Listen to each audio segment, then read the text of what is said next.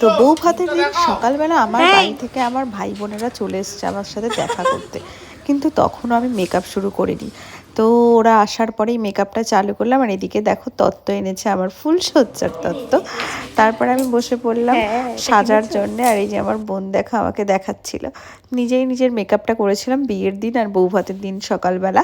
তো জানিও কেমন লাগছে। আর এদিকে দেখো আমার বর এদিকে মাথা ঢাকা দিয়ে বসে আছে, কারণ আমি ভিডিও করছিলাম আর সে লজ্জা পাচ্ছিল। যাই হোক, ওর ভালো লাগে না।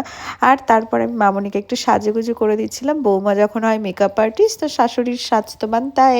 আর এদিকে আমার হবে এখন ফটোশ্যুট, তাই জন্য আমার বর আমাকে পায়ের নুপুর পরিয়ে দিল।